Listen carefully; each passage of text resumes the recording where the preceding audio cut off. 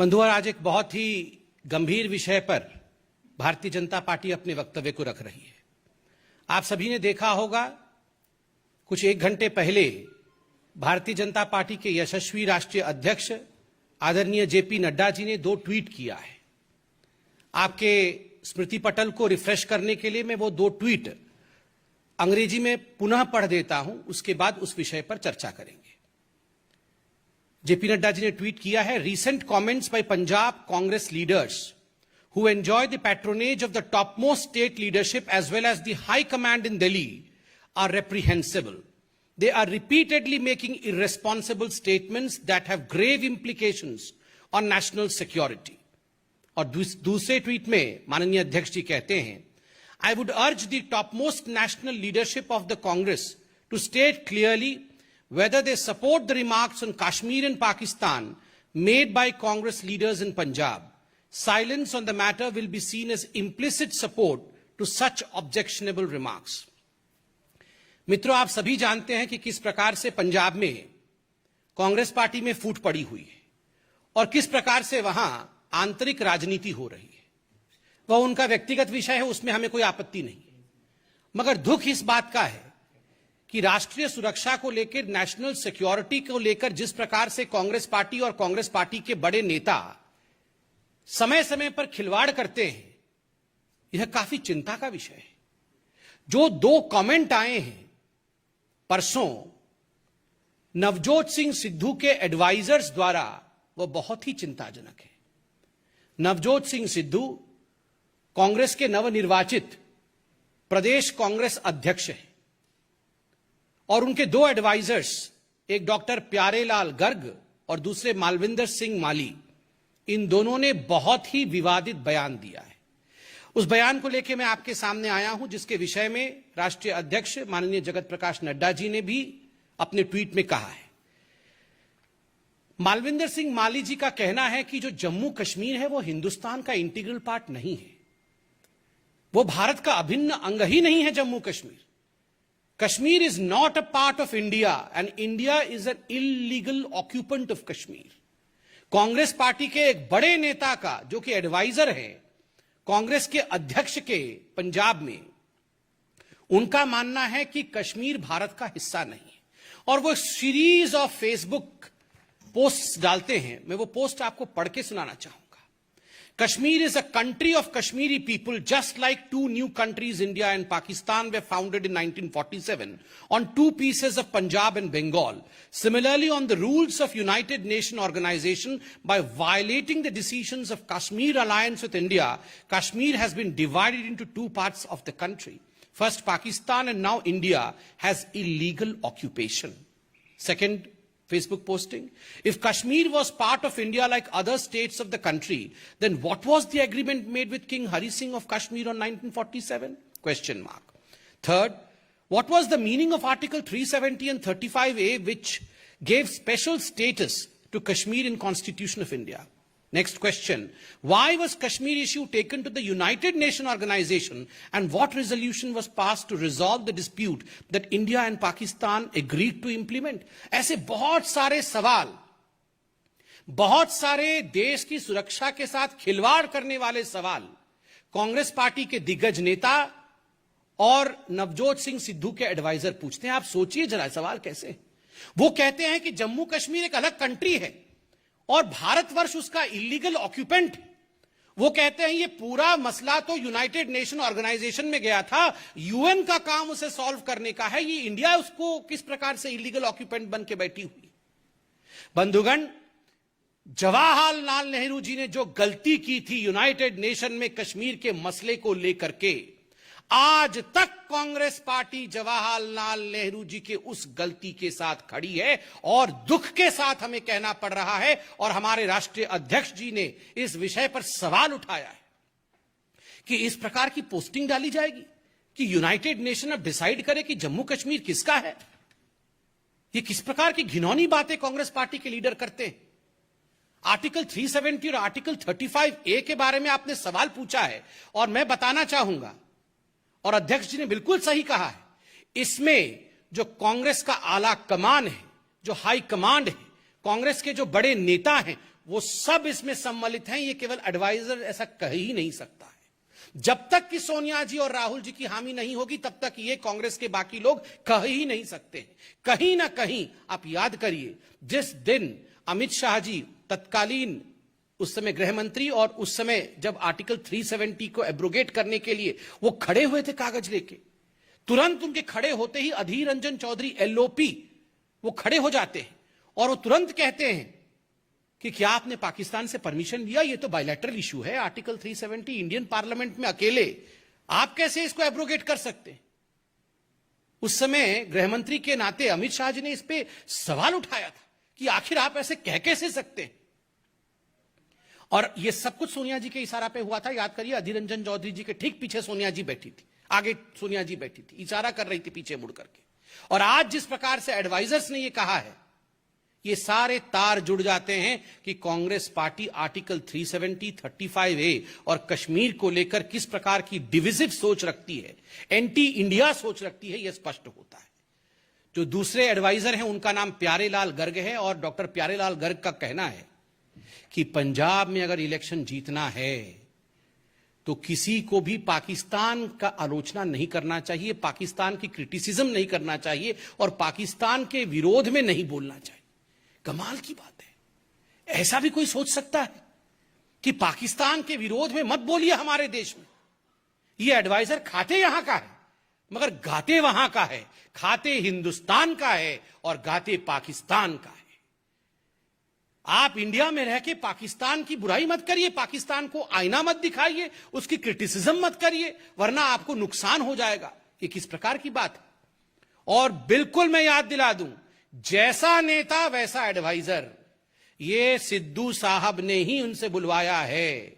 सिद्धू वही नेता हैं जो बार बार हिंदुस्तान सरकार की मना करने के बावजूद पाकिस्तान गए थे और वहां जाके कमर बाजवा को गले लगाया था, आर्मी चीफ पाकिस्तान को गले लगाया था और कहा था जीवे जीवे पाकिस्तान मेरा यार इमरान खान। यही कहा था ना, जीवे जीवे पाकिस्तान मेरा यार इमरान खान। और इमरान खान ने भी कहा था, कहां है हमारा अपना सिद्धू, कहां है हमारा अपना सिद्धू। रह नहीं पाते दोनों एक दूसरे के बिना।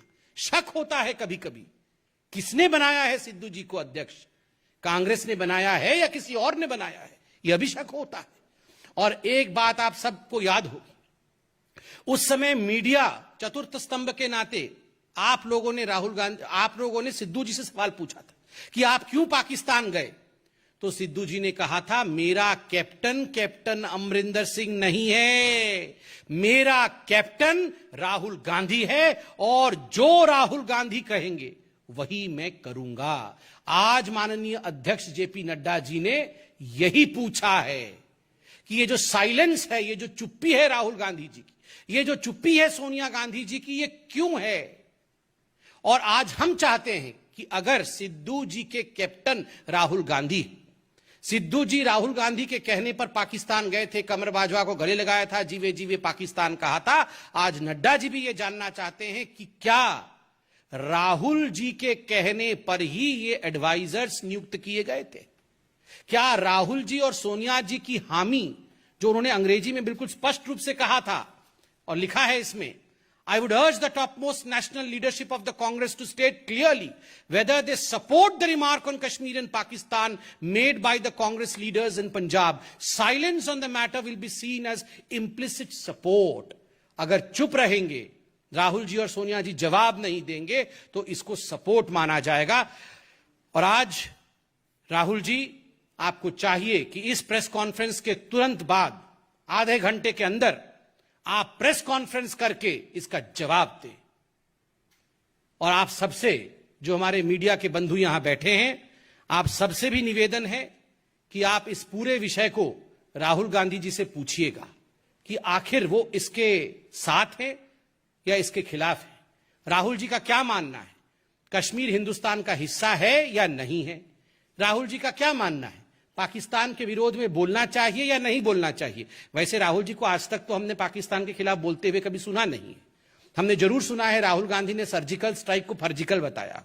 हमने जरूर सुना है राहुल गांधी जी ने खून की दलाली की बात की हो, इंडिया के आर्मी के जवानों के खिलाफ बात की हो। हमने जरूर सुना है सिद्धू और राहुल गांधी जी ने सवाल पूछा था कि ये जो एयर स्ट्राइक हुआ था इसमें कितने कौवे, कितने चिड़िए और कितने पेड़ गिरे थे। मगर पाकिस्तान के खिलाफ आज तक राहुल गांधी और सिद्धू जी को हमने बोलते हुए सुना नहीं है।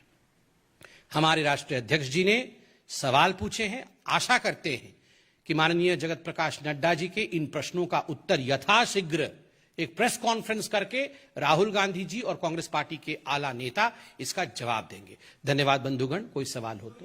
विक्रमजीत सिंह, आप कांग्रेस के नेता लगातार पाकिस्तान का फेवर करते हैं, तो आपको लगता है कि ये बड़ी साजिश है पाकिस्तान और कांग्रेस की नीति मुगर का आरोप लगाते हैं?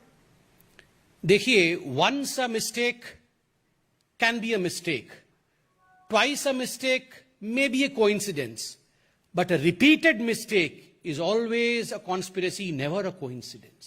जब एक ही गलती बार बार हो तो वो कॉन्स्पिरेसी होती है, वो षड्यंत्र होता है। और हर बार हमने देखा है ये गलतियां जो कांग्रेस पार्टी की हो रही है वो सोची समझी तरीके से, सोचे समझे तरीके से हो रहा है, गलती के रूप में नहीं हो रही।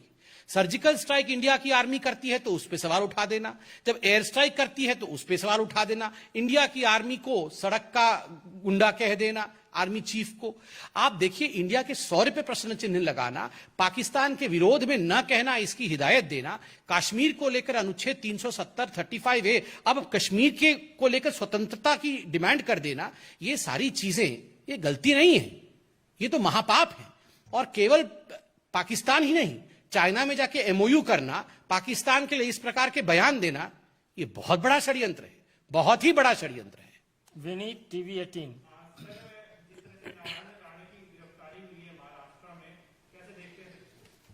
देखिए, जहां तक अभी नारायण राणे जी का विषय टीवी पर हम देख रहे हैं, यह गंभीर मामला है और यह चिंता का विषय है। एक तरह से यह लोकतंत्र का हनन है, लोकतंत्र की हत्या है। कुछ शब्द नारायण राणे जी ने जरूर ऐसे प्रयोग किए होंगे जो मुझे लगता है जिन शब्दों से बचा जा सकता था, किंतु क्या यह टॉलरेंस है? क्या यही कानून है? महाराष्ट्र के कुछ मंत्री बता रहे हैं कानून सर्वोपरि है। भारतीय जनता पार्टी के दफ्तरों के ऊपर पत्थरबाजी करना, लोगों के जान को जोखिम में डालना, क्या यह कानून है? इस प्रकार से एक मंत्री पर 30-30, 40-40 FIR कर देना, क्या यह कानून है? मैं पूछता हूं, आज महाराष्ट्र में अनेकों ऐसे मंत्री हैं, मैं दिखा दूंगा, 42 में से 27 ऐसे मंत्री हैं वर्तमान उनके राज्य में जिनके ऊपर केसेस चल रहे हैं। कितने लोग जेल में हैं? अनिल देशमुख हर महीने 100 करोड़ रुपए वसूली करना, ये जो वसूली गाड़ी चल रही है वहां पर, इनका मुख्य उद्देश्य क्या है? 100 करोड़ रुपए हर महीने वसूली करना। ये तो ब्लैक एंड व्हाइट में कागज में छप के आया था, चिट्ठी के रूप में आया था, सुप्रीम कोर्ट तक मामला गया, सुप्रीम कोर्ट में भी अनिल देशमुख को किसी प्रकार की रियायत नहीं मिली। अनिल देशमुख जेल में है क्या? उनकी गिरफ्तारी हुई? एक बार कोई पुलिस अधिकारी उनके देवड़ी तक गया? नहीं। 100 करोड़ वसूली करना बिल्कुल ठीक है, उचित है। अनिल परब के खिलाफ ये क्या छपा हुआ है? लोकल अखबार से लेकर राष्ट्रीय अखबारों तक अनिल परब जो उनके इतने बड़े नेता हैं, उनके काले करतूत सब छपे हुए हैं अखबारों में। उसके बावजूद एक दिन पुलिस अनिल परब को गिरफ्तार नहीं करती है, उसके देवड़ी तक नहीं जाती है। और यहां पर एक वक्तव्य के कारण आप एक नेता को, एक सर्वमान्य नेता को इस प्रकार से गिरफ्तार कर लेंगे, उनके साथ इस प्रकार का व्यवहार करेंगे, बहुत दुख का विषय है। और मुझे लगता है आज लोकतंत्र महाराष्ट्र में शर्मसार हुई है। अभी देवेंद्र फडणवीस जी को भी मैं सुन रहा था, बिल्कुल सही कहा उन्होंने। शर्म लगता है सोचते हुए कि ये वही शिवसेना है। सर्जिल इमाम जैसे व्यक्ति जब खड़े होकर भाषण देते हैं और भारत माता के खिलाफ न जाने क्या अनर्गल कहते हैं, एक FIR महाराष्ट्र में नहीं होती है, एक पुलिस कर्मचारी सर्जिल इमाम को पकड़ने के लिए नहीं जाता है, मगर यहां बयान पे आप इस प्रकार का व्यवहार कर रहे हैं। इतना ही नहीं, संजय राउत जी, हर दिन उनके बयान को देखिए, महिलाओं के प्रति किस किस प्रकार के बयान दिए हैं संजय राउत जी की मैं माइक पे वो सब बयान दोहरा भी नहीं सकता हूं। क्या एक FIR उनके खिलाफ हो गया? नहीं हुआ। मगर बदले के भाव के साथ जिस प्रकार की राजनीति आज महाराष्ट्र की सरकार कर रही है, यह हिंदुस्तान की जनता देख रही है और हिंदुस्तान की जनता इसकी जवाब देगी। Mohit Bhatt, Times Now. Samrit, now we know that how the government of India has been advocating for CAA and as soon as it can come into force. But we know a certain lobby of certain political parties for against it. But now Akali Dal today, the leaders have come up again and again, 3-4 times in front of the camera and they have said that all the Afghan refugees, all the 6 who have come from Afghanistan, they should be included in CAA and the deadline should be extended. How do you see this, Samrit? देखिए, आज सुबह जब हमने television on किया तो हम सब के लिए एक सुखद दृश्य देखने को मिला। वाहेगुरु जी इस देश को, इस देश की जनता को सदैव सुखी रखे, यही हमारी प्रार्थना है। मगर जो सुखद दृश्य था, जो मन भावन दृश्य था, जो बहुत ही इमोशनल दृश्य था, वो हमारे मंत्री आदरणीय हरदीप पुरी जी, दुष्यंत गौतम जी, आरपी सिंह जी, जिस प्रकार से उन्होंने गुरु ग्रंथ साहिब को शिरोद्धार्य करके वो आ रहे थे, वो देख करके पूरा देश गदगद हो गया है। देखिए, आज जो लोग सीएए पे सवाल उठा रहे थे, जो लोग मोदी जी पे सवाल उठा रहे थे और जो लोग झूठ बोल रहे थे, भ्रम फैलाने की राजनीति कर रहे थे, आज वो जान चुके हैं कि उनके भ्रम के ऊपर पानी फिर गया है। आज वो जान चुके हैं कि उनकी मिथ्या नहीं चली। They have been caught today, they have been caught red handed today. आज हिंदुस्तान ने जिस प्रकार से हमारे सिख भाइयों को अपने आहोश में लिया है, उनसे गले लगाया है उन्हें, ये बहुत बड़ी बात है। ये मानवता की जीत है। जैसे अफगानिस्तान से हमारे बंधु आ रहे हैं और उनको जिस प्रकार से हिंदुस्तान शरण दे रहा है, ये अपने आप में बहुत बड़ी बात है। और मुझे लगता है जिन लोगों ने सीएए के नाम पे हिंदुस्तान में लोगों को भड़काने की कोशिश की, आज उन्हें शर्मसार होना चाहिए। They should be ashamed of whatever they have done. They had tried to instigate the people of the country, but we are all aware and awake today. TV9, Amod Rai.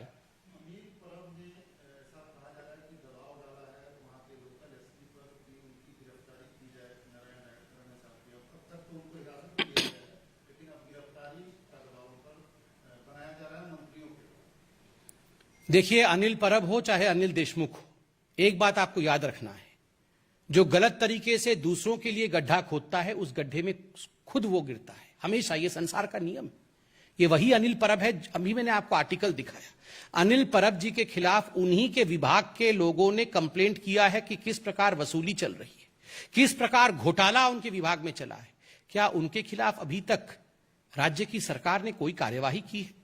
क्या उनको अभी तक गिरफ्तार किया गया है? किया नहीं गया है तो हम जानना चाहेंगे क्यों नहीं किया गया है। हम यह भी जानना चाहेंगे, अनिल देशमुख जो तत्कालीन गृह मंत्री रह चुके हैं और उनके गृह मंत्री रहते हुए किस प्रकार का वसूली गेट चल रहा था महाराष्ट्र में, ये हम सब जानते हैं। ये अखबारों के माध्यम से आप सब ने हमें जागरूक भी किया है।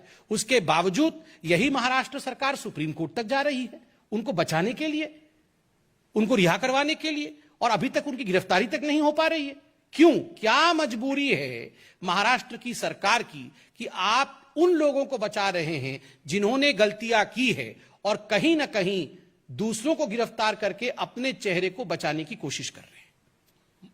Vineet, TV18. सर, जो लोग सीएए का विरोध कर रहे थे, आज वो कह रहे हैं कि अफगानिस्तान से जो लोग आ रहे हैं उन्हें नागरिकता दी जाए, और जो कट डेट की बात हो रही थी 2014 को, उसे 2021 करने की मांग कर रहे हैं। देखिए, अभी सीए पे मैंने जवाब दिया है डिटेल पे, लगता है वही ठीक है। बहुत बहुत Thank you. धन्यवाद।